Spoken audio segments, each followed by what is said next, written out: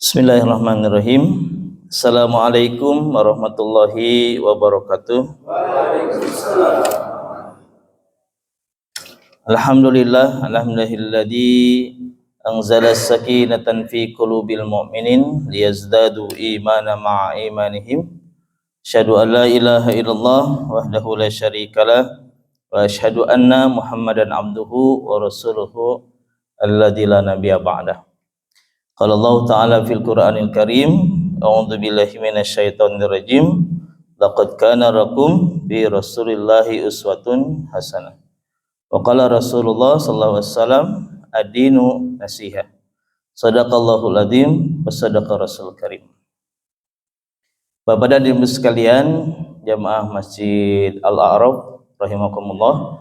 Alhamdulillah kita panjatkan puji yang sejati dan puja yang sempurna kehadirat Allah Subhanahu wa taala, bahwasanya pada kesempatan pagi ini ya, di bulan yang penuh dengan keberkahan, kita masih diberikan kesempatan, kita masih diberikan usia, kita masih diberikan kemampuan untuk menetapkan hati ini dan melangkahkan kaki ini untuk bisa hadir, duduk, bersimpuh, bersujud dan berdoa kepada Allah. Mudah-mudahan ini semua menjadi bagian yang kita syukuri ya, betapa Allah masih memberikan kepada kita kesempatan yang berharga. Mudah-mudahan kita hadir di sini semuanya mendapatkan ridho Allah Subhanahu wa taala. Salam dan salam semoga senantiasa tercurahkan kepada Nabi kita, qudwah hasanah kita, suri tauladan kita, pemimpin abadi, pemimpin sejati, pemimpin yang tidak bisa diganti-ganti, Rasulullah Muhammad sallallahu alaihi wasallam. Bapak dan Ibu sekalian, alhamdulillah pada kesempatan pagi ini saya bisa bersilaturahim di tempat ini. Janten suanten abdi atas suara Masjid Al-A'raf, itu suara yang paling kedengaran jelas ke bumi abdi dibanding Masjid Abdi di Posindo. Ada suara-suara khas di sini. Duka suara sahat katanya. Langsung Pak Ondi ya. Jadi pas lurusan dari bumi abdi mah ya di Posindo. Itu saya Pak campur nggak bahasa Sunda? Kemarin tadi atas bahasa Arab, angan nembe Sunda, insyaallah bahasa Inggris kayak. Ya. Sekarang bahasa Jerman sakeding kayak. Ya. Kami aya. Baik Bapak sekalian, ya hari ini tajuknya luar biasa ya, kegiatannya juga berkonotasi dengan kalimat yang luar biasa, jihad gitu ya. Ini kalau kita pernah mengingat satu ungkapan Nabi kita ketika beliau selesai dan akan menyelesaikan perang Badar. Beliau pernah menyampaikan kepada para sahabat bahwa sesungguhnya kita akan meninggalkan jihad kecil dan menuju kepada jihad besar. Saat itu kan sahabat pastinya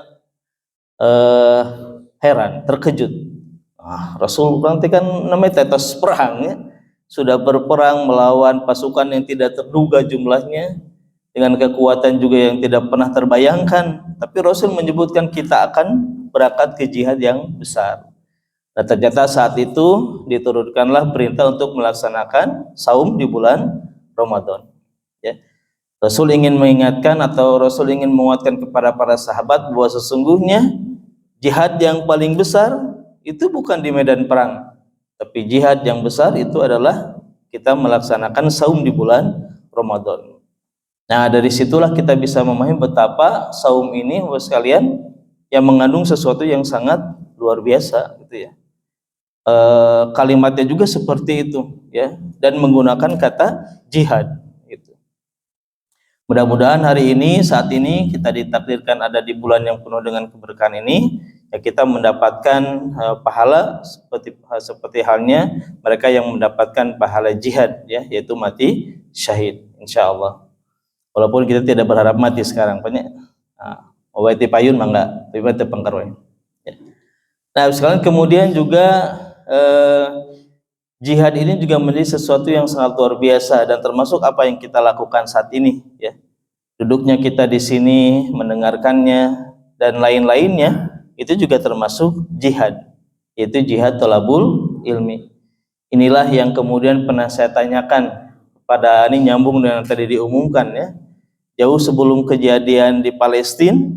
Nah, itu kita tanya kepada syekh yang hadir itu, Syekh, hari di itu naon diajarkan ya, bahasanya Sunda tapi ditranslate ke bahasa Arab. Aku mutarjim ya. Apa kemudian yang diajarkan? Apakah di Palestina itu diajarkan perang ke anak-anak itu? Apakah kemudian mereka diajarkan cara strategi berperang dan yang lainnya? Oh, sisi itu mengatakan lah, tidak. Kami mengajarkan kepada anak-anak kami mengajarkan kepada generasi muda kami, bukan jihad perang, tapi jihad ilmu. Jihad menuntut ilmu, jihad memahami ilmu. Karena itu sesungguhnya jihad yang luar biasa. Nah, jadi di Palestina pun sekalian dengan kondisi yang ada ya, dengan segala ya dinamika yang terjadi, yang diajarkan kepada mereka adalah jihad mencari ilmu ya. Walaupun sekarang kan kondisinya begitu Pak ya, Kapungkur masih ada kampus ya, masih ada universitas ya, Universitas Al-Quds kalau tidak salah, itu hancur lebur. Itu mungkin 10 tahun yang lalu. Sekarang hampir mayoritas rata. Tapi saat ini kondisi yang ada, kehancuran yang terjadi dengan rumah, bangunan, tempat ibadah, masjid, universitas, itu tidak menyurutkan mereka untuk mencari ilmu ya. Mereka masih kemudian ada halakoh, mereka masih ada kemudian mengkaji dan segala macamnya, karena di situ inti dari segala sesuatunya. Kekuatan yang terjadi saat ini, kemampuan bertahan yang dimiliki oleh pasukan Palestina saat ini, itu disebabkan karena kemampuan para kiadah di sana untuk memberikan ilmu kepada masyarakatnya. Nah, jadi alhamdulillah ya, hari ini dengan kalimat jihad itu kita bisa mendapatkan banyak hal ya. Ya, termasuk juga kita saat ini hadir di sini ngaji ahad ya. Mudah-mudahan juga ada nilai-nilai jihad yang terpatri ya, ada nilai-nilai kesungguhan yang ada, sehingga waktu-waktu yang kita miliki itu bisa kita optimalkan. Kekurangannya itu tidak ada kopi Mang Oding lah. Ya sekarang ya. Saya sarapannya di player pertama saya disediakan sarapan. Beda al-arfa mazhab naon gitunya. Saat jihad aya sarapan. Punten Pak, lepat. Sugan teh aya mazhab baru ya. Baik ya Bapak sekalian, yang tadi disampaikan, hari ini kita sharing saja ya terkait dengan satu tema atau satu judul atau satu hal yang itu sebetulnya ada dalam keseharian kita ya. Itu ada dalam kehidupan kita ya, dan itu juga kita lakukan dan kita laksanakan dalam keseharian kita ya. Itu kaitan dengan kepemimpinan ya. Nah, kita mencoba mengangkat satu tema ini, kemudian diambil dari satu aktivitas yang memang itu kita lakukan hampir setiap waktu. Dalam satu hari kita melakukannya 5 kali ya. Nah, sekalian ini kaitan dengan kepemimpinan. Dari katanya saja mungkin Bapak itu sudah bisa menebaknya, itu tentang naon, tentang pemimpin ya. Tentang kepemimpinan, itu dua kata yang memang tidak bisa dipisahkan, karena kepemimpinan itu memang diambil dari kata pemimpin ya. Nah, ini kalau dari negeri sono, negeri barat Pak, memang ini sudah dikajinya luar biasa ya. Sampai Bapak Ibu pernah kuliah di jurusan-jurusan yang kaitan dengan umum, manajemen, organisasi dan segala macamnya, maka dia masuk ke dalam satu pembahasan khusus ya. Karena kesimpulan mereka itu, inti daripada manajemen itu adalah kepemimpinan, dan inti dari kepemimpinan adalah decision making, pengambilan keputusan. Wah, itu tuh sebuah kajian yang sangat panjang.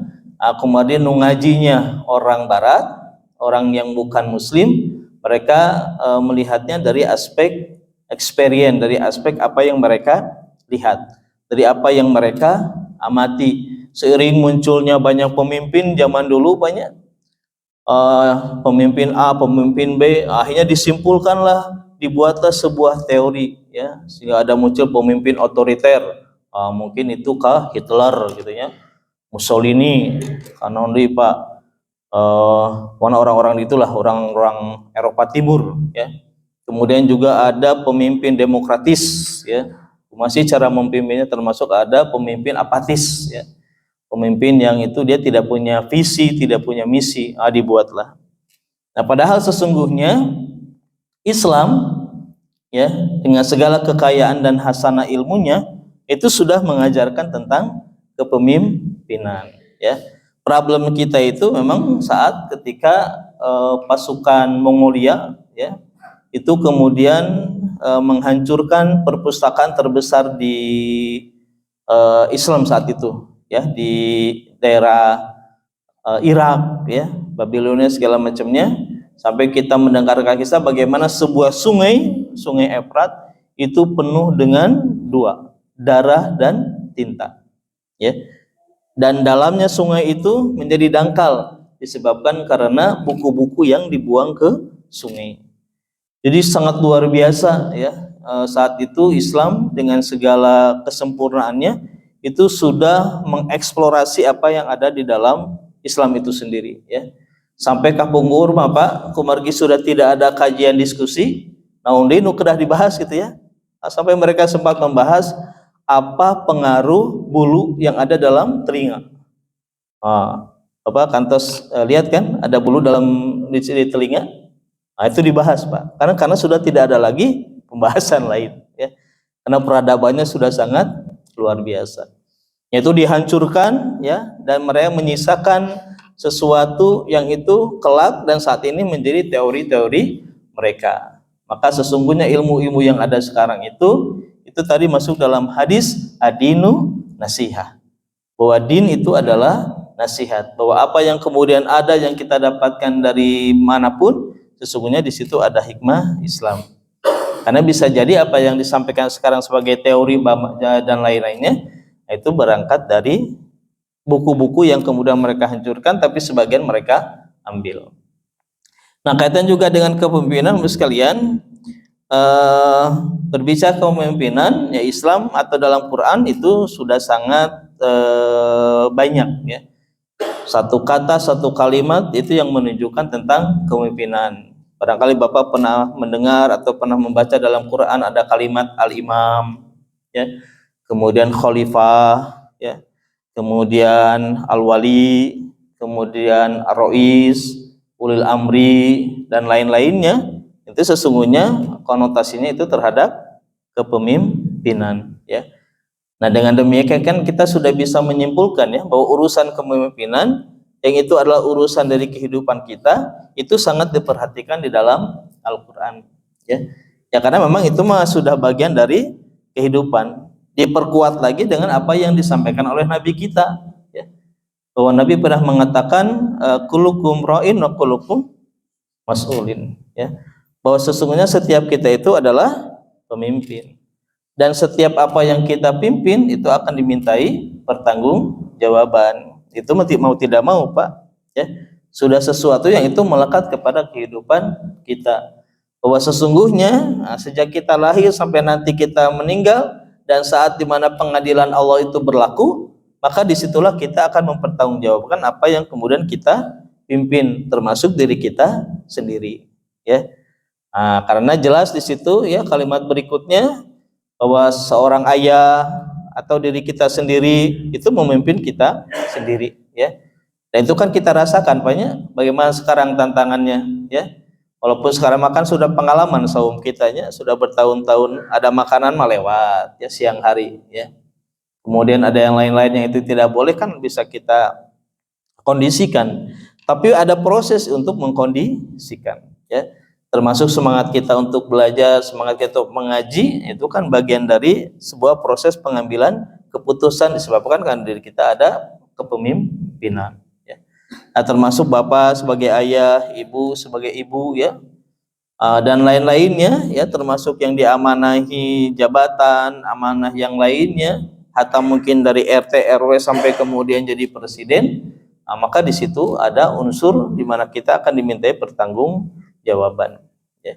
Nah, jadi sesungguhnya kaitan dengan kepemimpinan ini sekalian itu sudah sangat dikuatkan dalam semua dimensi kehidupan kita. Nah, kemudian juga termasuk role modelnya, termasuk contohnya, ya.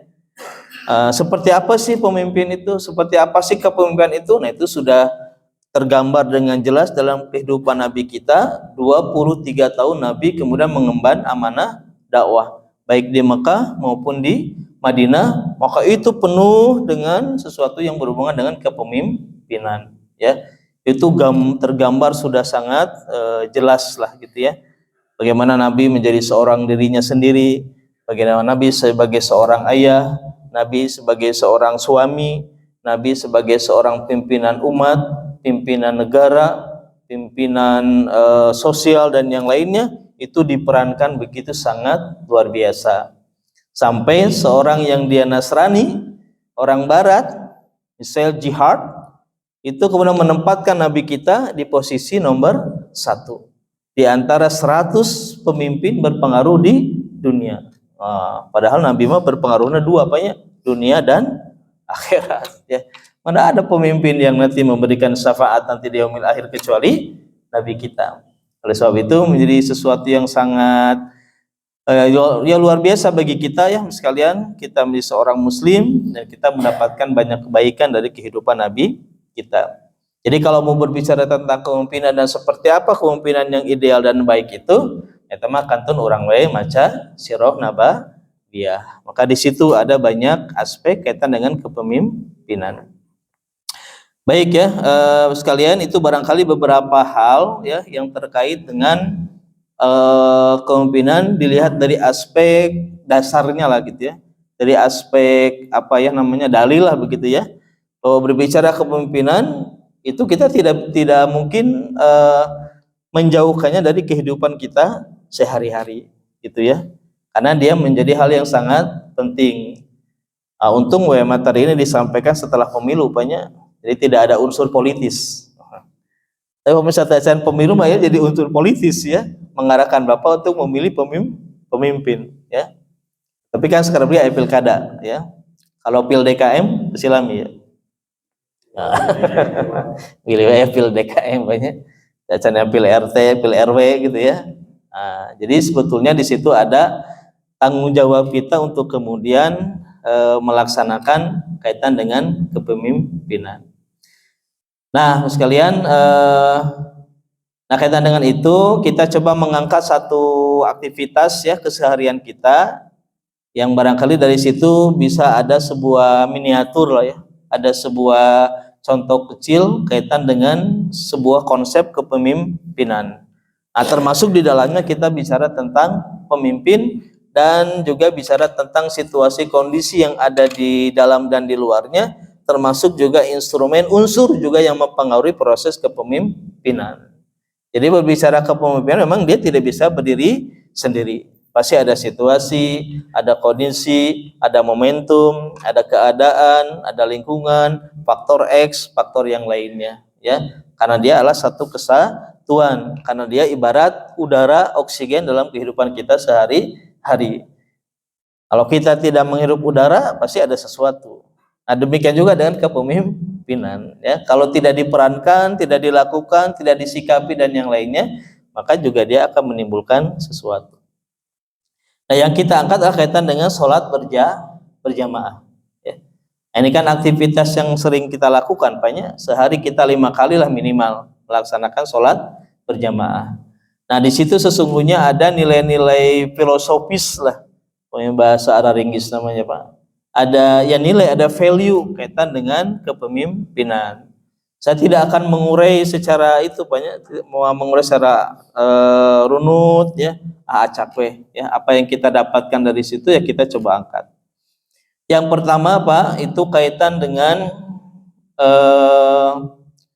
bahasa ya nama manajemen visi.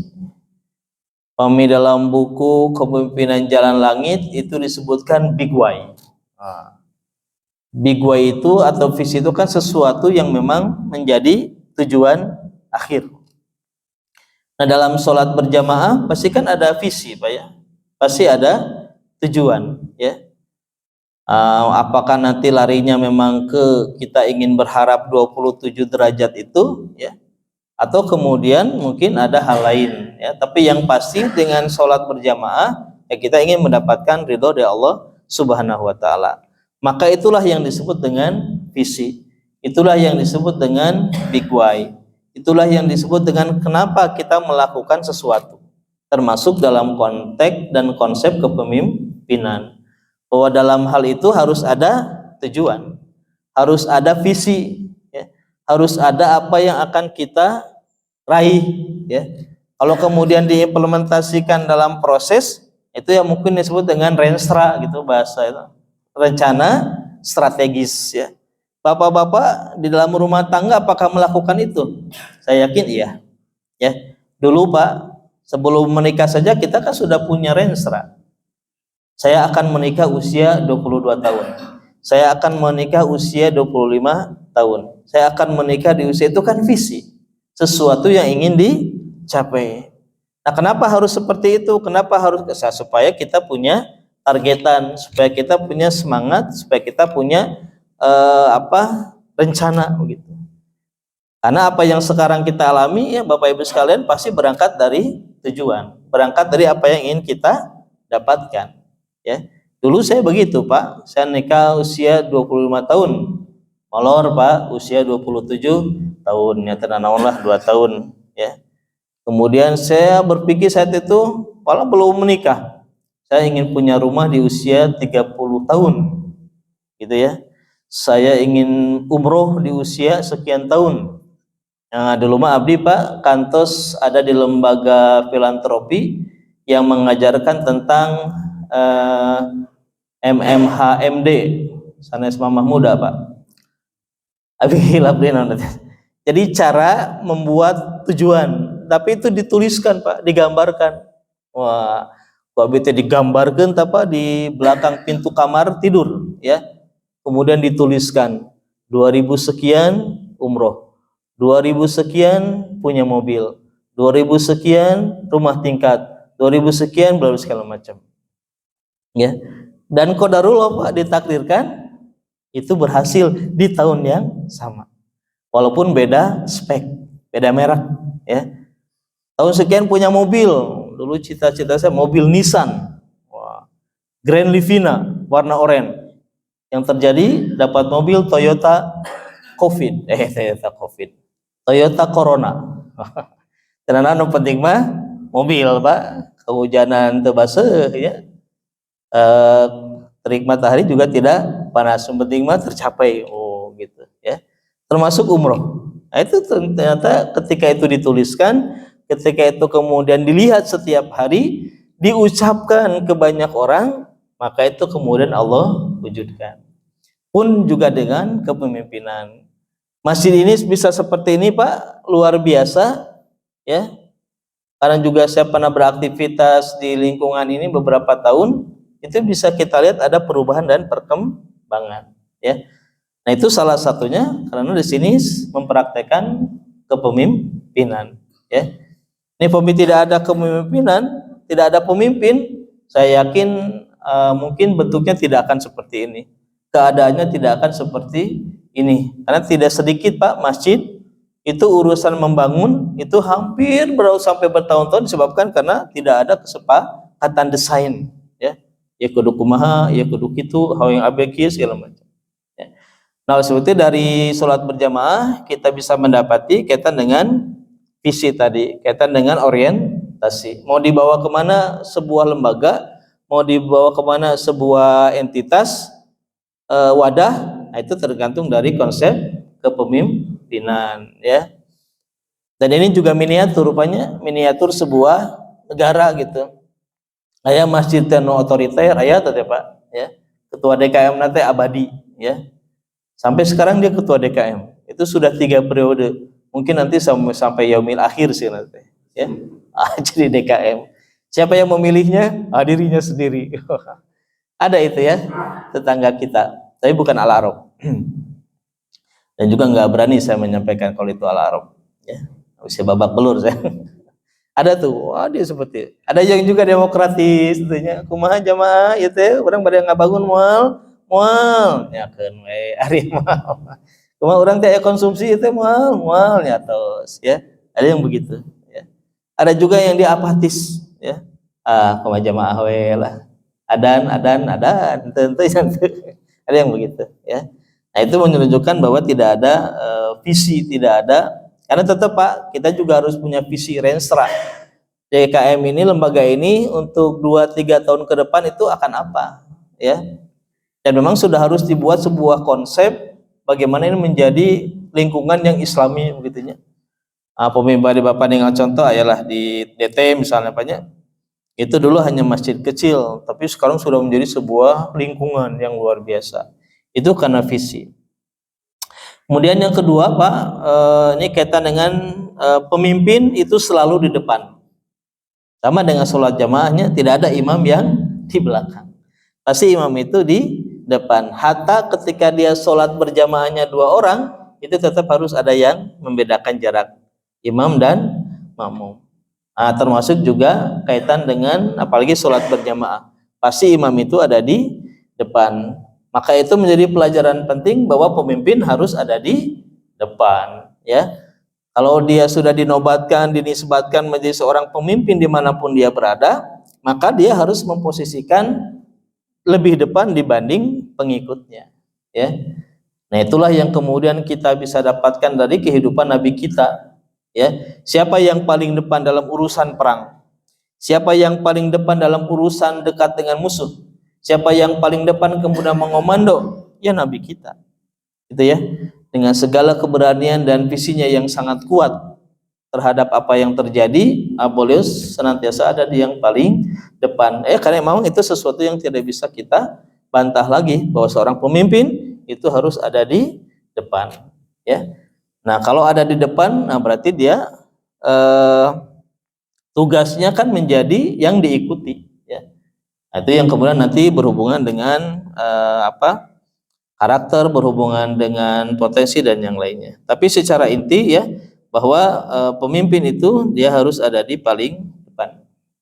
Baik, kemudian yang selanjutnya sekalian dari sholat berjamaah ini kaitan dengan kapasitas, kapabilitas, kemampuan, potensi dan yang lainnya. Urusan imam ini sekalian, urusan sholat berjamaah itu sudah ada koridor yang Nabi sampaikan, ya. Ini mohon maaf ya secara umum ya sekalian, tidak melihat situasi kondisi yang ada. Nabi pernah mengatakan seorang imam sholat itu ada kriterianya, ya. Yang paling pasti dia paham Quran.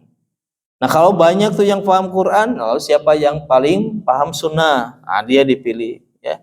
Kemudian setelah itu siapa lagi? Sampai kalau tidak ada lagi dan sama, carilah yang usianya paling tua.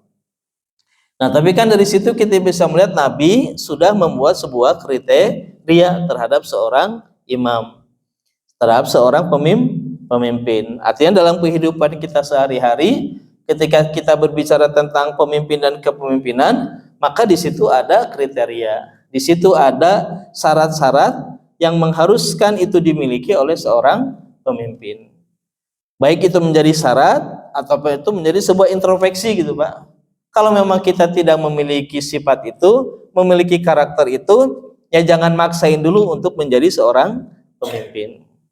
Karena itu terjadi Pak dalam kehidupan kita sehari-hari. Ya, CKBG untung materi IET setelah pemilu, ya. Tapi ada kemungkinan kalau putaran kedua, ya. Jadi di situ ada ya, kalau memang belum siap, belum mampu, dinilai ini belum memenuhi kriteria untuk menjadi pemimpin, tahan dulu, jangan dulu menjadi seorang pemimpin. Karena pemimpin itu tadi ada kriteria, ada hal yang harus dipenuhi, ya. Nah, berkaca dari tadi Pak kriteria seorang imam, di situ juga nanti ada kriteria terhadap seorang pemimpin. Dan itu kan menjadi ini Pak ya, menjadi yang membimbing kita untuk memilih pemimpin itu pemimpin yang seperti apa, gitu ya. Karena tadi ketika kita berbicara pemimpin dan kita salah memilih pemimpin, maka itu akan ada sesuatu yang berdampak terhadap kita terhadap masyarakat, terhadap sosial, ya. Mohon maaf Pak, kalau misalnya ada imam, mohon maaf, kalau misalnya baca-bacaannya salah atau panjang pendeknya, tajwidnya, makhrajnya dan yang lainnya tidak sesuai, apa yang kita rasakan? Pasti ada sesuatu, ya. Kalau Bapak orang yang kinestetik mungkin itu pasti ada gerakan, gestur, ya. Dan ya, aduh, nah, itu teh imam teh ada salah ya. Ketika dia makhrajnya, tajwidnya, hanya dari satu aspek ketika dia salah membaca, ya. Belum kemudian yang lainnya. Tahun kemarin Pak di Masjid Abi aya protes ibu-ibu, ya. Cing atuh cenah imam tarawih teh tong anu maraton, ya. Tong nun sprint gitu.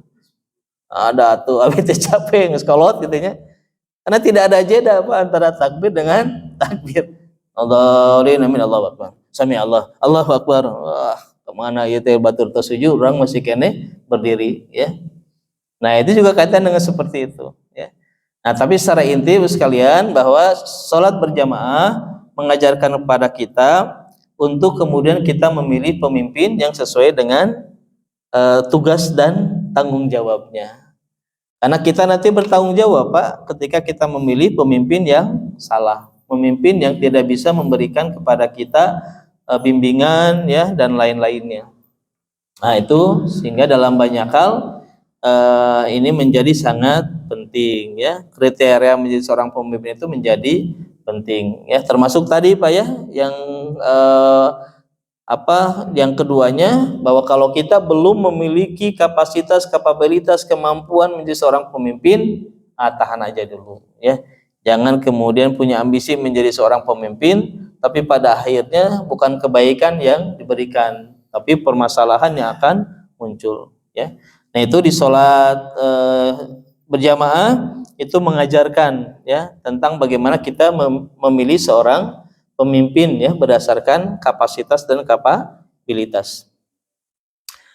Kemudian selanjutnya belajar dari sholat berjamaah adalah kaitan dengan kedisiplinan, ya.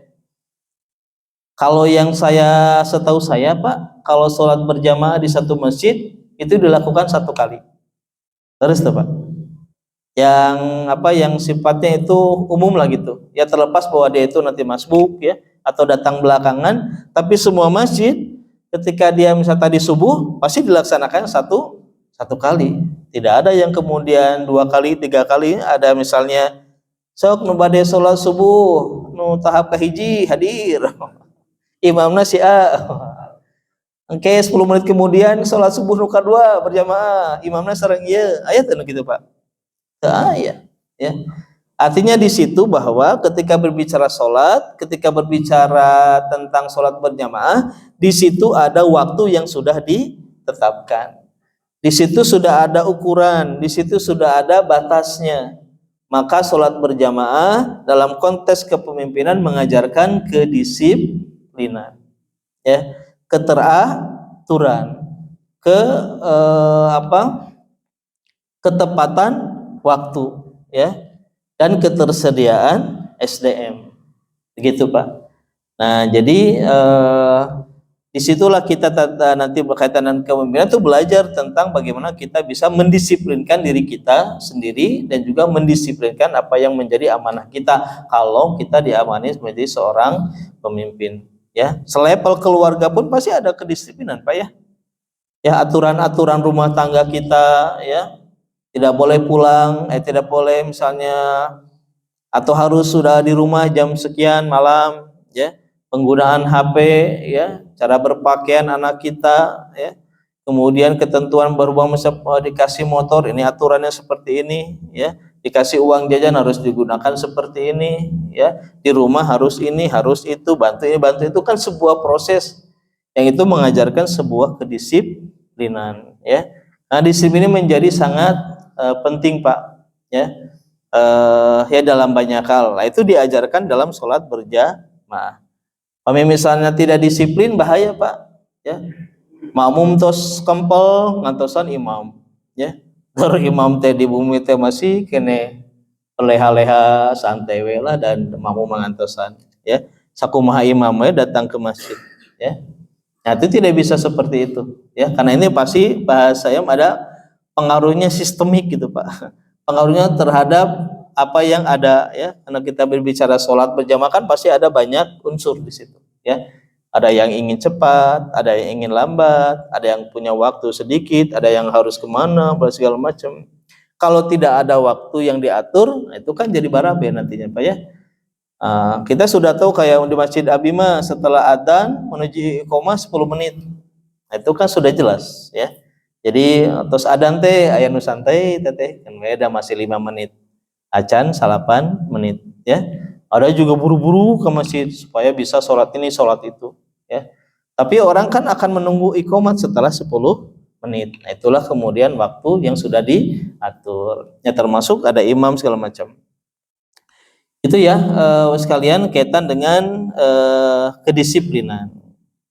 Selanjutnya itu kaitan dengan yang ke bahasa Inggris ya, Pak.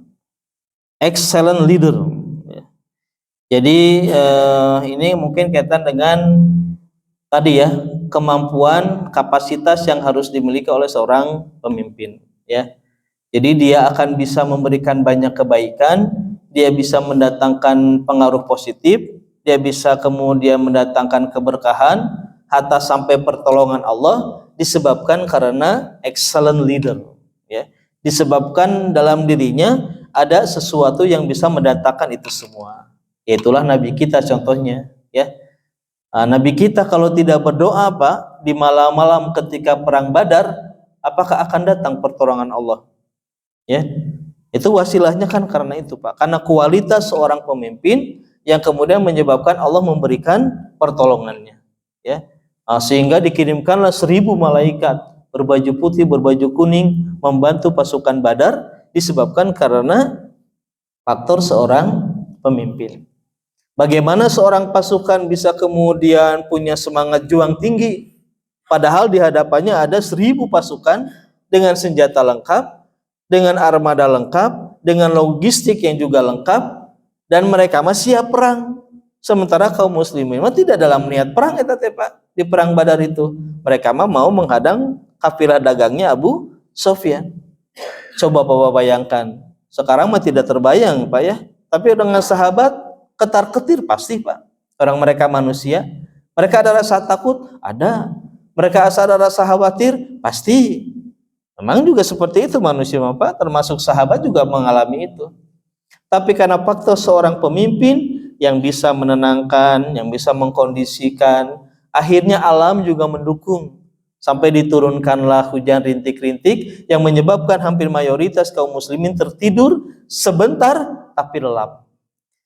Tidur sedikit tapi berkualitas. Sampai bangun itu mereka sudah siap, sampai mereka sudah menyiapkan bertahun-tahun, berbulan-bulan untuk melakukan perang. Itu disebabkan karena faktor pemimpin. Dalam dirinya ada kapasitas, ada sesuatu, ada magnet yang mampu kemudian menarik kekuatan-kekuatan positif yang ada di dalam atau di lingkungan sekitarnya. Nah, ini makanya menjadi sebuah hal yang penting. Banyak bagi bapak-bapak yang sudah generasinya melampaui sekian generasi kan bisa membandingkannya. Karena kita di Indonesia, presiden pertama kieu, ya. Presiden kedua mah kieu, presiden ketiga kieu sampai yang terakhir dan yang lainnya, itu kan bisa melihat dan kamu bisa menyimpulkan dulu mah kieu pemimpin teh, pengaruh ka urang teh kieu. Ya. Walaupun itu sangat juga berpengaruh terhadap situasi dan kondisi. Tapi intinya intinya Mas sekalian bahwa sesungguhnya kaitan dengan pemimpin itu memang harus dicari yang dia memiliki kapasitas, ya. Karena kalau kita memberikan kepemimpinan kepada yang tidak memiliki kemampuan, maka dipastikan itu akan ada kegagalan, ya. Tujuan-tujuan lembaga organisasi itu mungkin tidak akan tercapai disebabkan karena faktor itu. 5 menit dehnya, Pak. Dan palah da ya hari Ahad. Aya jadwal naon Bapak kula mana? Skripsi lah, ya. Biasanya minggu pingpong abi Bapak ya teh. Hanya diundur ke sore, ya. Jadi pas adzan langsung minum. Berikutnya, Pak, insya Allah 2 poin lagi lah kalau 5 menit mah. kaitan dengan sistem komando yang jelas. Ini pemidi sholat berjamaah itu Pak, diambil dari bagaimana seorang imam itu harus jelas ketika dia memimpin sholat. Ya, karena saya Pak mendapati di beberapa masjid yang imam teh seperti memimpin dirinya sendiri. Allahu Akbar, Allahu Akbar gitu. Orang teh imam teh ruku aja, umpar banyak kudu ningali banyak. Oh atas ruku, ayo ruku, kan tidak mungkin. Ya, itu ada Pak imam yang seperti itu.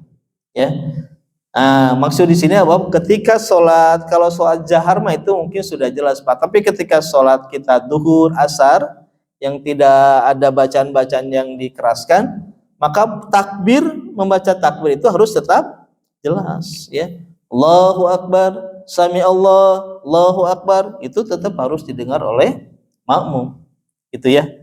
Nah, ini menjadi hal penting. Kaitkan dengan kepemimpinan bahwa segala sesuatunya kaitan dengan perintah, komando, nanti larangan dan yang lainnya itu harus jelas disampaikan.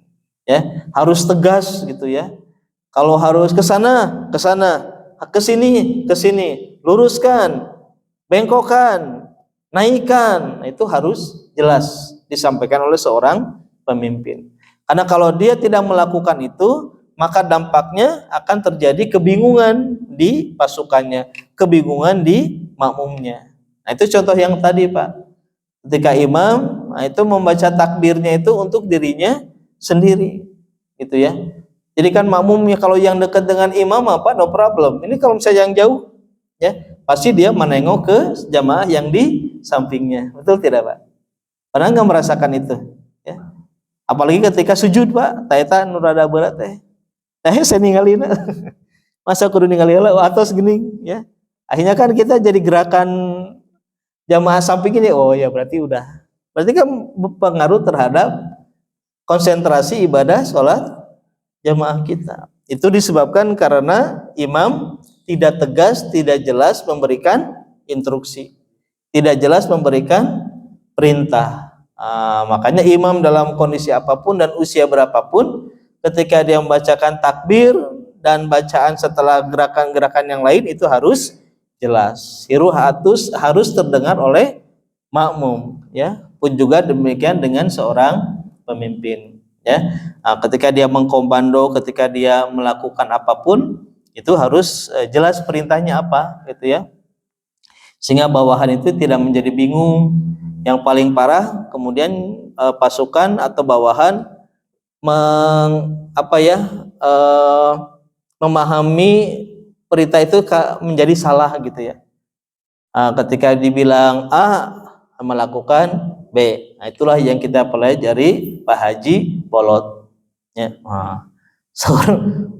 RT ini kata Pak Lurah begini, melakukan A padahal yang disuruh B. Nah itulah kalau ada sesuatu, ada sesuatunya di makmum tamanya.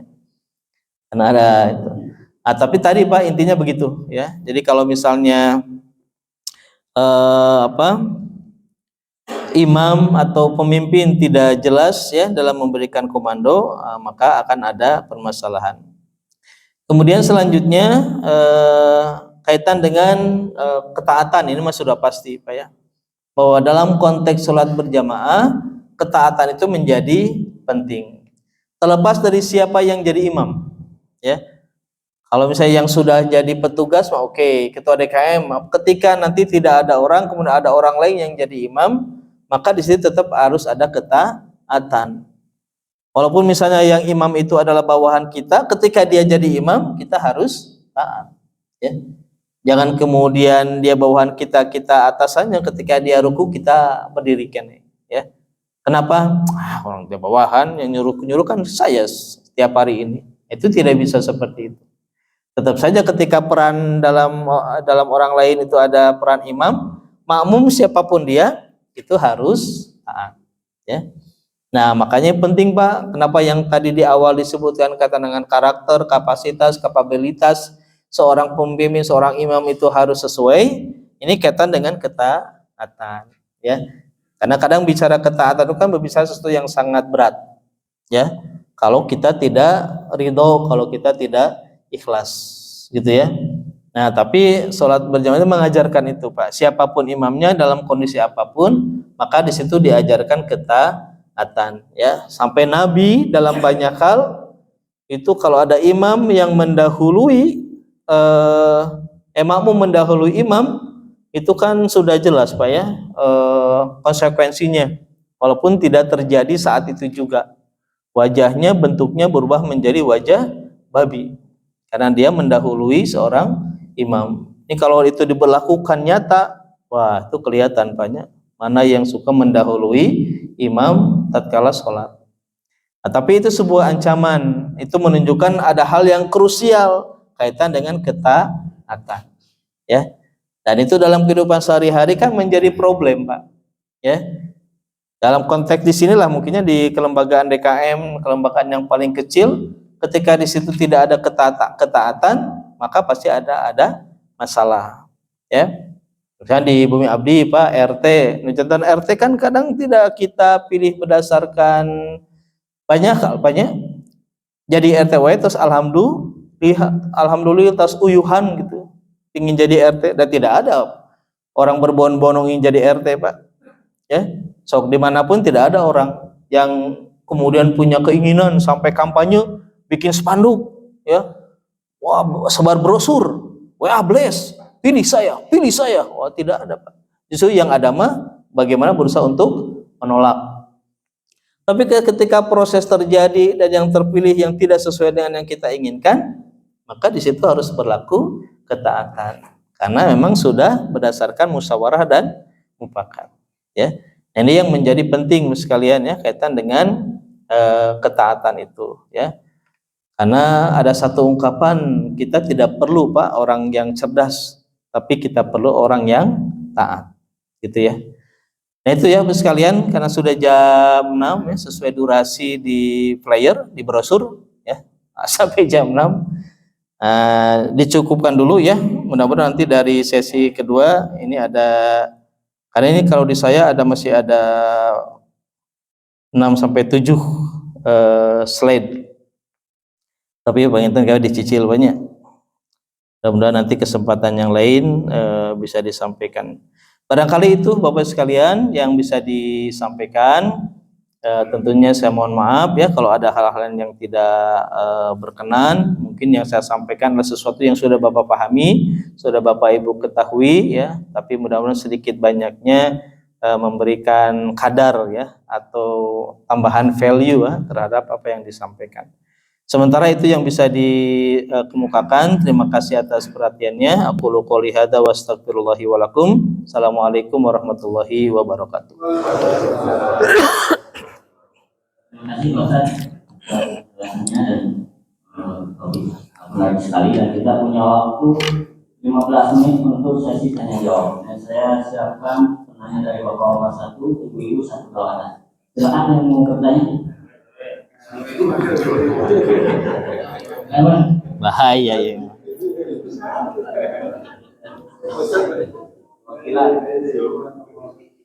Ini jamaah yang berani ini, Pak. Langsung masuk RW. Waalaikumsalam. Penjelasannya luar biasa, bahwa seorang pemimpin bukan hanya mempunyai ilmu, tapi harus menjadi teladan untuk dari bawahannya ataupun jamaahnya. Berhubungan dengan imam di satu masjid, memang ada beberapa syarat atau kriteria yang harus dipenuhi. Salah satunya mungkin tadi bacaannya harus betul-betul. Makanya ini tugas berat untuk pengurus DKM. Jadi mohon maaf Pak Ustaz, ada beberapa kejadian, bukan di sini saja, bahwa manakala ada seorang imam di sholat yang suaranya dikeraskan, maghrib, isya, subuh, kadang kita ragu dengan imam itu. Kenapa ragu? Karena satu, bacaannya. Yang kedua, tentang perilakunya dan keluarganya. Seperti itu. Jadi tidak hanya bacaannya bagus, tapi perilaku dan keluarganya juga akan menjadi menjadi satu penilaian buat makmum seperti itu. Iya.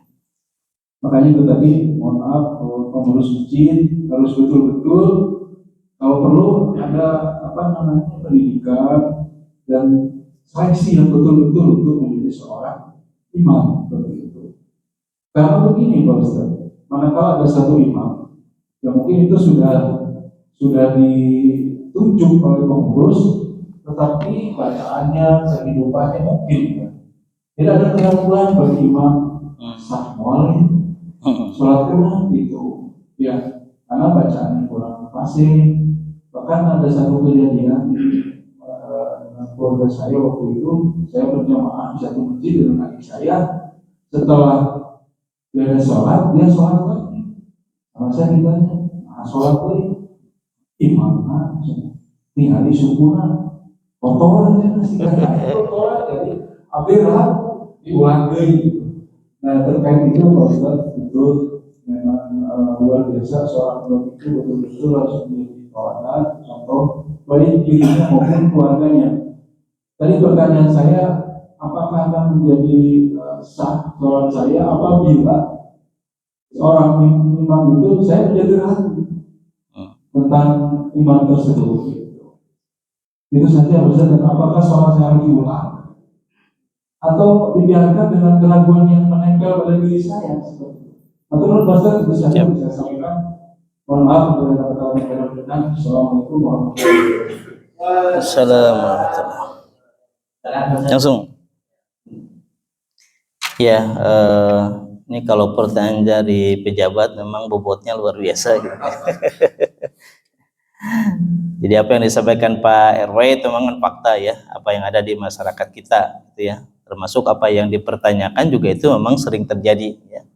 Tapi secara keseluruhan memang sudah ada koridor lah, sudah ada statement sebetulnya. Kalau Bapak Ibu tidak suka dengan imam itu, jangan sholat dengan imam itu. Ya. Jadi lebih memilih untuk ya udah apakah sholat sendirian di rumah tentunya ya, atau nanti seperti apa ya.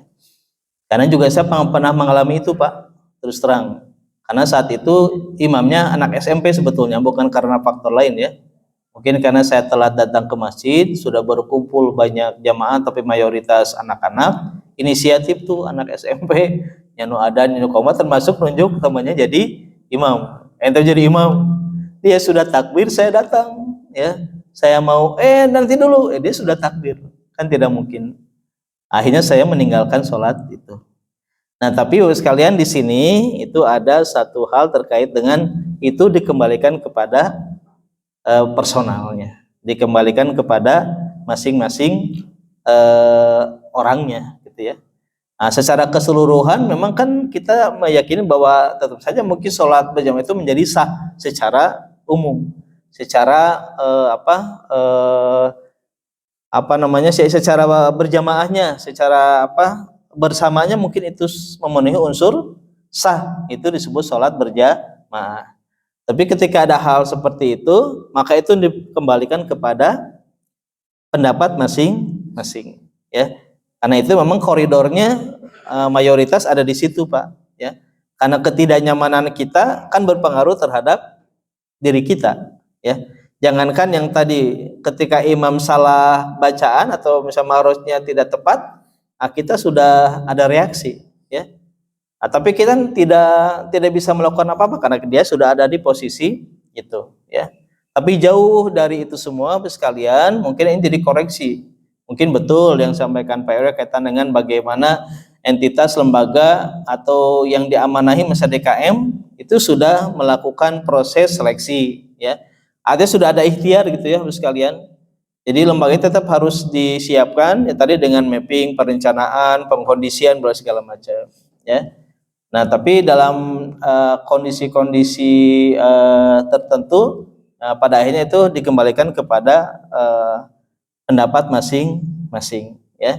Kemudian yang paling penting juga Pak, kalau memang kita merasa bisa, merasa lebih layak, itu silakan Bapak tampilkan bahwa saya bisa menjadi imam dengan bacaan yang saya Karena saya tahu bahwa kapasitas saya melebihi yang lainnya, tapi dengan cara yang ahsan, dengan cara yang orang tidak perlu mengumumkan, saya bisa jadi imam Pak, bacaan saya lebih baik, tidak usah. Cukup Bapak di kesempatan tertentu ketika tidak ada imam utama jadi imam.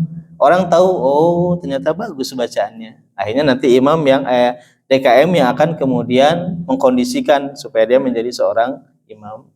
Jadi kalau menurut saya ini Pak, pendapat saya untuk kondisi-kondisi seperti itu dikembalikan lagi kepada masing-masing ya, tidak terpengaruh terhadap kesahan sebuah sholat berjamaah. Dan itu memang susah Pak.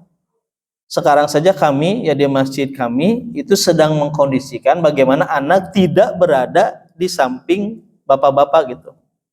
Bukan karena apa-apa, tapi karena ada hal yang harus diperhatikan kaitan dengan ketersambungan saf itu. Karena anak yang ada di situ kan belum tentu anak yang sudah baik gitu ya. Maksudnya yang dia sudah hitam, wudunya benar gitu ya. Jangankan anak-anak, Pak, kita saja kadang, saya pernah Pak melihat teman saya itu karena bajunya nggak bisa dikesinikan, itu sampai sini Pak wudunya. Dan saya melihat itu. Dan saya putuskan saya tidak ikut berjamaah dengan dia. Saya lebih memilih untuk ke masjid lain. Atau sholat di masjid, tidak bareng dia di musola misalnya. Karena saya tahu ketika dia wudu, dia sampai sini. Nah kalau saya punya kapasitas mungkin atasan, mungkin saya tegur dia. Ente wudunya salah, itu nggak sampai sikut. Wudunya tidak sah. Kalau wudu tidak sah berarti sholat pun tidak sah. Nah ya karena saya kapasitasnya di bawah dia dan tidak berani untuk itu, saya savingnya lebih amannya, udah saya mah mencari tempat lain dan tidak bermakmum ke dia gitu. Nah kayak begitu Pak ya. Jadi hal-hal yang itu pada akhirnya otoritasnya ya dikembalikan kepada masing-masing Bapak Ibu ya, sesuai dengan pemahaman yang ada. Allah alam Pak RW eta penginten. Karena waktu sesi tanya jawab sudah habis, mungkin cukup satu orang penanya saja. Sebelum itu ada pengumuman yang akan disampaikan bahwa Masjid Al-Araf sedang pembangunan lantai 2. Ini perhatian untuk seluruh jamaah. Bagaimana tadi yang dijelaskan bahwa Bapak Ketua DKM itu mencanangkan visinya pembangunan lantai 2 selesai tahun 2020. Itu Pak Ketua DKM. Karena itu perlu dukungan dari jamaah semuanya. Silakan disampaikan kepada teman-teman atau tetangga yang hadir bahwa divisi pembangunan dan relokasi itu mengadakan paket wakaf untuk pembangunan. Karena pembangunan lantai 2 itu membutuhkan dana sekitar 967 juta. Dan alhamdulillah pengerjaan di luar sudah hampir rampung dan nanti mungkin ke dalam, termasuk lantai di dalam. Oleh karena itu divisi pembangunan dan relokasi itu mengadakan paket wakaf senilai 100.000 rupiah. Karena itu silakan jamaah semuanya untuk mengambil paket wakaf ini 1, 2, atau 3 atau bahkan tanpa nominasi itu atau misalnya saya punya 50.000 saya mau wakaf, silakan. Saya punya 10.000 mau wakaf, saya antri bisa kabur wakaf. Jadi nanti uangnya tidak disambungkan dengan sedekah yang lain. Karena kalau sedekah yang lain itu biasanya dipakai biaya operasional dan sisanya mungkin kalau ada sisa baru ke pembangunan. Gitu. Sekali lagi mohon bantuannya pada jemaah semuanya, dukungannya silakan sampaikan kepada tetangga, teman-teman bahwa DKM Al-Araf sedang mengadakan pembangunan masjid lantai 2. Insya Allah dengan dukungan kita semua dan Allah SWT, misi Bapak Ketua DKM dan pengurus selesai tahun 2025. Amin ya Allah. Sekarang Ustaz ditutup dengan doa. Ya. Baik ya Bapak sekalian, alhamdulillah untuk acara hari ini atau pagi ini kita sudah menyelesaikannya. Ya mudah-mudahan tadi kita bisa mendapatkan manfaat ya terlepas sedikit atau banyaknya, dan saya juga menyampaikan permohonan maaf kalau ada hal-hal yang tidak berkenan. Mudah-mudahan Allah memberikan keberkahan, pemahaman ilmu kepada kita sehingga kita memiliki kelebihan energi untuk kemudian melakukan amal yang lebih baik dan amal yang terbaik. Baik, kita tutup dengan doa. Bismillahirrahmanirrahim. Hamdan yuafi ni'amahu wa yukafi mazidah. Ya Rabbana lakal hamdu kama yanbaghi li jalali wajhikal karim wa 'azimi sultanik. Allahumma ighfir lana wa li walidayna warhamhuma kama rabbayani shaghira. Allahumma ighfir lil muslimina wal muslimat wal mu'minina wal mu'minat al ahya'i minhum wal amwat. Rabbana dhalamna anfusana wa illam taghfir lana wa tarhamna lanakunanna minal khasirin. Rabbana hab lana min azwajina wa dhurriyyatina qurrata a'yun waj'alna lil muttaqina imama. Rabbana taqabbal minna innaka antas samiul alim wa tub alaina innaka antat tawwabur rahim. Rabbana atina fid dunya hasanah wa fil akhirati hasanah wa qina adzabannar. Subhana rabbika rabbil izzati amma yasifun. Wassalamun alal mursalin walhamdulillahi rabbil alamin. Bil barakatil umul Quran. Al-Fatihah. A'udzu billahi minasyaitonir rajim. Bismillahirrahmanirrahim. Alhamdulillahirabbil alamin arrahmanir rahim maliki yaumiddin. Iyyaka na'budu wa iyyaka nasta'in shiratal mustaqim shiratal ladzina an'amta 'alaihim ghairil maghdubi 'alaihim waladdallin. Amin.